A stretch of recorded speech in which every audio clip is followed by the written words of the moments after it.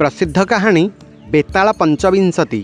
चतुर्थ कहानी राजा सिंसपा वृक्षमूल को जाई बेताल सह शबटी को स्कंध उपरे स्थापन करी भिक्षु निकट को अग्रसर हेले। बेताल पुनर्बार कहिला, राजन से दुष्ट सन्यासी पाई आपण एते कष्ट स्वीकार करुछंती काहींकी? मु आपणको भक्ति करे। आपणकर पथश्रम जनित क्लांति दूर करिबा पाई आउ एक कहानी कहूछि शुणंतु। शोभावती बोली एक नगरी रे राजा शूद्रक वास करुथिले। से अत्यंत न्यायपरायण और पराक्रमशाली थिले। शत शत सामंत राजा तांकर अनुगत थिले। एकदा मालव राज्यरु बीरबर नामक जने क्षत्रिय तांकु सेवा करिबा उद्देश्य रे शोभावती रे उपस्थित हेले। तांकर भार्यार नाम धर्मवती, पुत्रर नाम शक्तिधर एवं कन्यार नाम वीरवती। सेवा करिबा पई तांक निकटरे तीनोटी उपकरण थिला। पटीरे कृपाण, एक हस्तरे तरबारी और अपर हस्तरे ढाल।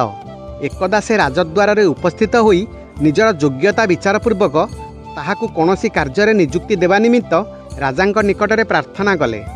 राजा ताहार वेतन पचारिबारु से कहिले दैनिक 500 मुद्रा। राजा ताहांकु सेही वेतन रे नियुक्त कले। से सेही वेतन को किपरि व्यय करुथिले ताहा जानिबा निमंते राजा गुप्तचर नियुक्त कले। बीरबर प्रातः कालरू राजदर्शन करी सिंहद्वार रे मध्याह्न पर्यंत रहुथिले। से निज वेतनरू 100टी मुद्रा गृह व्यय निमंते पत्नी को देउथिले। 100 मुद्रारे वस्त्र, तांबूल, अंगराग प्रभृति किणुथिले। मध्याह्न परे स्नान करी 100 मुद्रा शिव पूजारे व्यय करुथिले एवं अवशिष्ट 200 मुद्रा दरिद्र मानकु दान करुथिले। एहा परे होम कर्म और भोजन सारी रात्रि रे कृपाण, खड्ग और ढाल धरी सिंहद्वार रे जगी रहुथिले। गुप्तचर मुखरू एहा शुणी राजा संतुष्ट हेले एवं ताकु जणे विशिष्ट व्यक्ति बोली मने कले। एहीपरि किछि दिन गला। दिने अविरत वृष्टि हेबाकु लागिला। आकाश मेघाच्छन्न रहिला। राजमार्ग जनशून्य थिला। सेतेबेले बीरबर एकाकी सिंहद्वार रे रहिथिले। सूर्यास्त परे घोर अंधकार पृथ्वी को आच्छन्न करिदेला।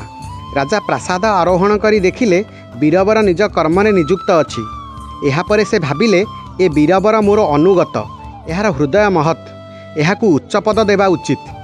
आउ दिने सेहीपरि घोर अंधकार और वर्षापात हेउथिला। राजा रात्रि रे प्रासाद आरोहण करी पचारिले, सिंहद्वार रे किए अछ? बीरबर उत्तर कले, प्रभु मु अछि। एही समय राजा दूररू कौनसी रमणीर करुण विलाप शुणी विस्मित हेले। से भाबिले किए एपरि विषादपूर्ण करुण रोदन करुछि? मो राज्य रे केही दरिद्र नाही, काहारी दुख नाही, तेबे रमणी किए? अधोभागरे थिबा बीरबर को राजा आदेश कले, हे बीरबर शुण, दूर रे केही रमणी कांदुछि। तुमे जाई बुझी आस से किए, काहींकी कांदुछि। बीरबर जे आज्ञा कही हस्तरे खड्ग धरी जिबाकू बाहरिले। सेतेबेले प्रबल वृष्टि हेउथिला, बिजुली चमकुथिला। एपरी घोर अंधकार रात्रि रे बीरबर एकाकी जिबार देखि राजा खड्ग धरी अलक्षित भावरे ताहार पछे पछे चलिले। क्रंदनर ध्वनि को लक्ष्य करी बीरबर जाई नगर बाहरे एक सरोवर निकटरे पहुँचिले।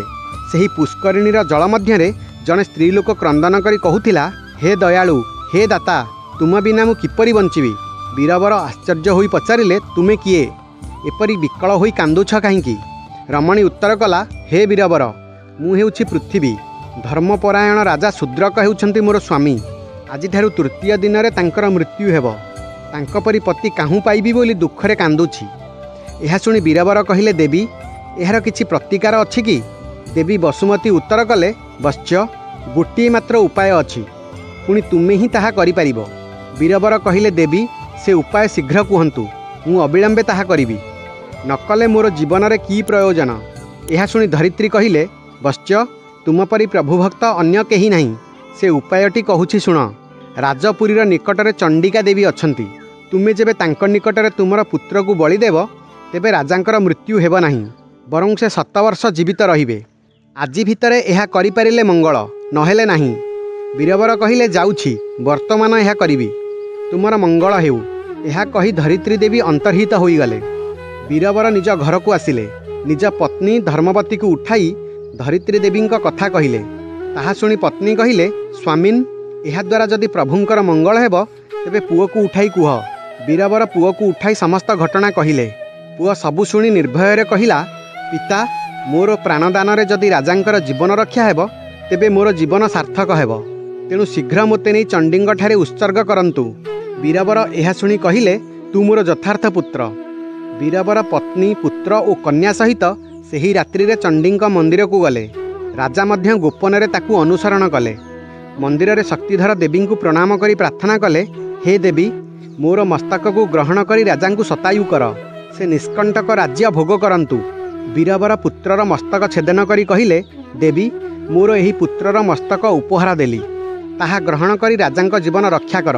एही समय दैववाणी शुणागला, हे बीरबर तुम परी प्रभुभक्त अन्य केही नाही, एकमात्र पुत्रर प्राण विनिमय तुम छड़ा आउ किए राजांकर जीवन और राज्य रक्षा करंता।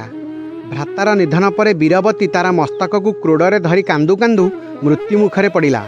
यापर स्त्री धर्मवती बीरबर को कहिला, हे स्वामीन राजांकर मंगल होईछि, पुत्र और कन्यार मृत्यु पर मोर जीवन रे की प्रयोजन, मोते अग्नि रे प्रवेश करने को अनुमति दियो।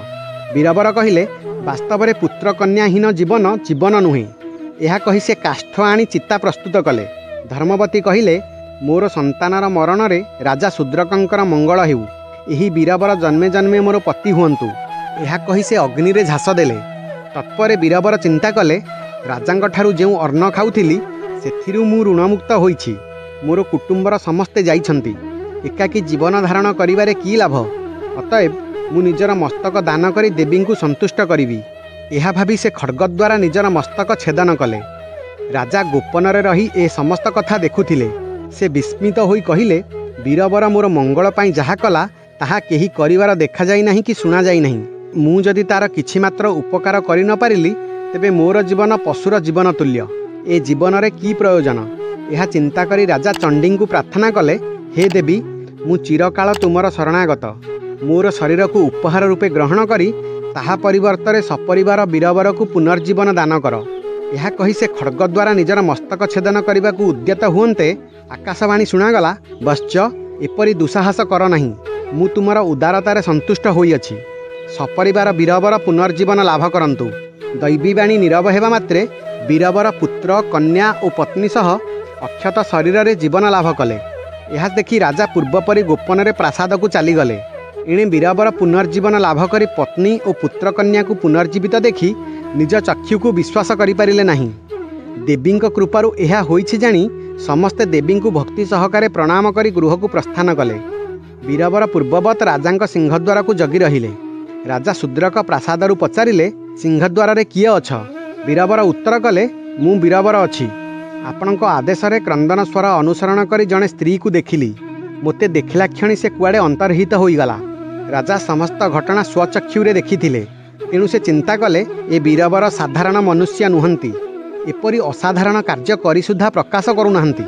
परदिन राजसभारे बीरबर थिबा समय राजा मंत्री और सभासदों आगरे गत रात्रिर समस्त घटना वर्णना कले। समस्ते बीरबरंकर भूयसी प्रशंसा कले। कहानीटी कही सारी बेताल राजा त्रिविक्रमसेन को पचारिला, वर्णित घटना रे किए सर्वश्रेष्ठ कुहंतु। राजा उत्तर कले, राजा शूद्रक। बेताल पुणी पचारिला, राजन बीरबर परी भृत्य जगतरे नथिबे, से श्रेष्ठ नहेला काहींकी? तार स्त्री निजर समक्षरे पुत्र को बलि दियाजिबार देखि सुद्धा धैर्य हराई नथिला। शक्तिधर बालक हेले मध्य तार हृदय महान, एमाने श्रेष्ठ नहेबे काहींकी? राजा उत्तर कले, मो मतरे निजर पत्नी पुत्र एपरिक निजर जीवन देई प्रभुंकर मंगल करिबा भृत्यर कर्तव्य। बीरबर ताहा करिथिला। तार पत्नी सती और पतिप्राण होइथिबारु स्वामींकर आदर्शरे चालित होई निजर धर्म पालिथिला। पुत्र शक्तिधर पितामातांकर गुण घेनी जन्मिथिबारु आनंदरे निजर प्राण देइथिला। किंतु राजा शूद्रक अनुचर मानंक पई आत्मोत्सर्ग करिथिबारु सर्वापेक्षा अधिक प्रशंसार पात्र। यह शुणी बेताल हठात राजांक स्कंधरु ओह्लाई निज स्थान को चलीगला। राजा मध्य पुनर्बार ताहाकू आनिबा पई सिंसपा वृक्ष निकट को गले। कहानी जदि आपनकू भल लागि थाए तेबे चैनल को सब्सक्राइब करिवे।